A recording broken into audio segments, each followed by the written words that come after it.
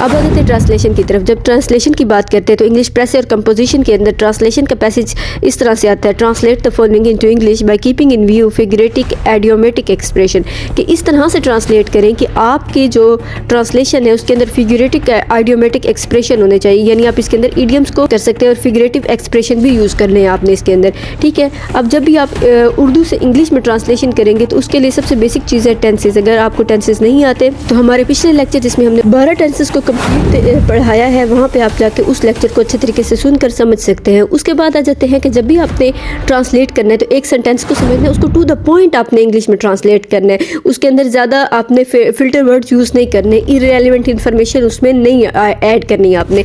उसके बाद आपको ईडियम्स को पढ़ना है। जब आप ईडियम्स पढ़ लेंगे, ईडियम्स को समझ लेंगे तो फिर आपको ट्रांसलेशन करने में आसानी हो जाएगी। इसके लिए हमने कुछ एग्जाम्पल लिए, उनको हम समझते हैं। हमारे पास एक सेंटेंस है, पूरे पैराग्राफ के बजाय अगर एक एक सेंटेंस करके करेंगे तो हमें उसकी ट्रांसलेशन करने में आसानी हो जाएगी। हमारे पास सेंटेंस है, हम साइंसी दौर में रह रहे हैं। अगर इस सेंटेंस को देखा जाए तो ये सेंटेंस कौन सा है, ये है प्रेजेंट का कंटिन्यूस टेंस, क्योंकि रह रहे हैं। ठीक है, तो इसकी इंग्लिश क्या होगी? इसकी इंग्लिश होगी we are living in the age of science. ठीक है, यानी एक सिंपल सा सेंटेंस है, हमें सिंपली एक एक सेंटेंस को करके करना है ताकि हम उसकी ट्रांसलेशन अच्छे से कर सके। दुनिया का हर मुल्क साइंस में तरक्की करने की कोशिश कर रहा है। ठीक है, ये भी हो गया कौन सा?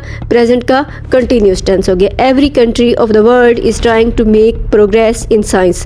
उसके बाद क्या है? इंसान ने साइंस को अच्छे मकसद के लिए इस्तेमाल किया है। Man has used science for good goals. इसकी मदद से इंसान ने बहुत सी करामत चीज़ें बनाई हैं। Man has made many useful things with its help. लेकिन इंसान ने साइंस को ख़राब मकसद के लिए भी इस्तेमाल किया है। But man has also used science for bad goals. इसकी मदद से उसने तबाहकुन हथियार बनाए हैं। He has made many destructive weapons by its help। हर मुल्क चाहता है कि उसके पास जदीद तरीन हथियार हों। Every country wants to have the latest weapons। ठीक है, तो यहाँ पे ये पूरा पैराग्राफ जिसको हमने एक एक सेंटेंस करके किया, जब हमने एक एक सेंटेंस करके किया तो उसकी जो ट्रांसलेशन है वो हमारे लिए इजी हो गई। आपके पेपर में कोई एक्स्ट्रा ऑर्डिनरी ट्रांसलेशन नहीं आ रही होती, सिंपल ट्रांसलेशन होती है। बेसिक बात यह है कि आपको टेंसेस आने चाहिए। अगर आपको टेंस आते हैं तो आपको ट्रांसलेशन करने में आसानी होगी। एक और पैराग्राफ देख लेते हैं। कायद-ए-आज़म को जमहूरियत से बेपनाह मोहब्बत थी। ठीक है, the Quaid-e-Azam had passionate love for democracy. ठीक है, वो अमरीत की सभी शक्लों से नफरत करते थे। अब ये किस चीज़ का टेंस है? करते थे, ये पास्ट का टेंस आ गया। He hated all types of dictatorship. वो हर आदमी की बुनियादी हकूक़ पर यकीन रखते थे। ही वैल्यूड, जब पास्ट होता है तो कौन सा वर्ब की सेकंड फॉर्म यूज़ हो रही होती है? He valued the basic human rights. उन्होंने कौम से कहा था कि अगर हुकूमत कोई गलती करती है तो उस पर तनकीद करो। He asked the nation to criticise the government if it commits a mistake. ठीक है, वो समझते थे कि जायज़ तनकीद कौम की बेहतरी के लिए ज़रूरी है। अब ये कौन सा है? ये फिर प्रेजेंट आ गया। पीछे पास्ट टेंस यूज़ हो रहा था, यहाँ पे फिर प्रेजेंट टेंस आ गया। तो हमें ये देखना है कि अगर सेंटेंस चेंज हो रहा है तो हमें वहाँ पे वही टेंस यूज़ करना है। तो क्या? ही believe that fair criticism is necessary for the well being of nation. ठीक है, यहाँ पे बात है वो समझते थे आ गया ना, तो हमने कहा ही बिलीव्ड। ठीक है, उसके बाद आगे प्रेजेंट में चेंज हो रहा है कि जायज़ तनकीद कौम की बेहतरी के लिए ज़रूरी है। That fair criticism is necessary for well being of nation. के बाद कायद-ए-आज़म ने अपने नाकदों को कभी गाली या धमकी नहीं दी थी। कायद-ए-आज़म नेवर अब्यूज और threatened his criticisers.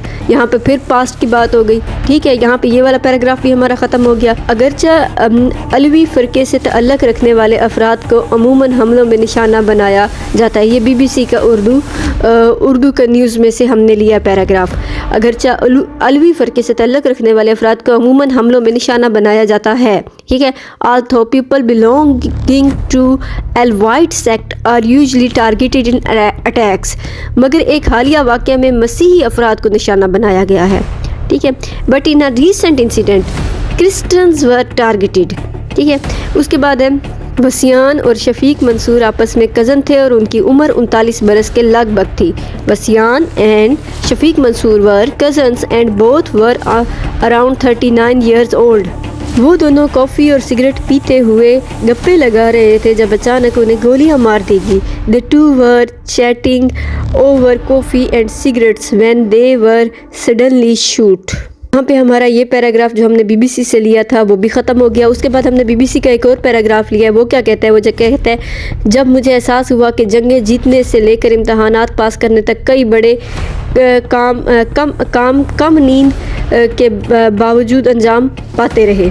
When I realized that many great achievements from winning bars to passing exam have been accomplished with little sleep, तो मैं समझ गया कि थोड़ी मुद्दत के लिए नींद की कमी इंसान की तवज्जो और फोकस को बढ़ा सकती है। I understand that short-term sleep deprivation can increase a person's attention and focus.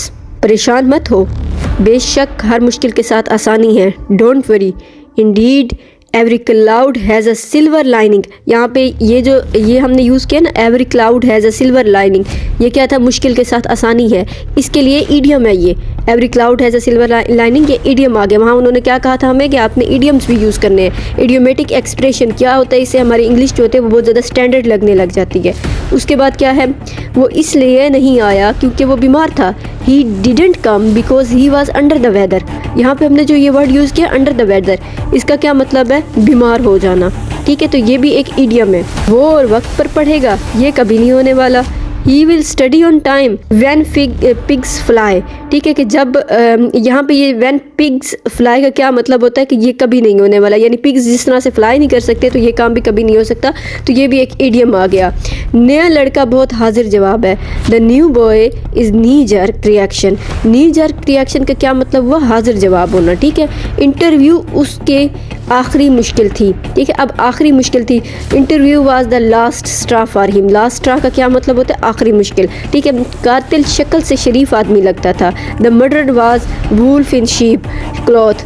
के जो कातिल था वो क्या था? वुल्फ इन शीप क्लॉथ, के भेड़ लगता था भेड़िए की शक्ल में। ठीक है, उसके बाद परेशानी में उसने मुझे कॉल की। He called me when he was in hot water. Hot water का क्या मतलब होता है? परेशानी में होना। He called me when he was in hot water. मैंने उसकी मदद की क्योंकि हम दोनों एक ही जैसी मुसीबत में फंसे थे। ठीक है, I helped him because we were stuck in the same boat. Stuck in the same boat का क्या मतलब होता है? एक ही जैसे मुसीबत में फंसे होना। ठीक है, तो यहाँ पे हमारा ये ट्रांसलेशन वाला लेक्चर ख़त्म हो जाता है। उम्मीद है आपको इसकी समझ आ गई होगी। अब इसका तरीका ये है कि आपको इसकी प्रैक्टिस करनी है, नए नए सेंटेंसेस लेने हैं, उनको खुद से ट्रांसलेट करना है, इडियम्स यूज़ करने हैं, इडियम्स के सेंटेंसेस बनाने हैं ताकि आपकी ट्रांसलेशन और ज़्यादा परफेक्ट हो सके। और अगर आपका किसी किस्म का कोई सवाल हो तो आप कमेंट सेक्शन में हमसे पूछ सकते हैं।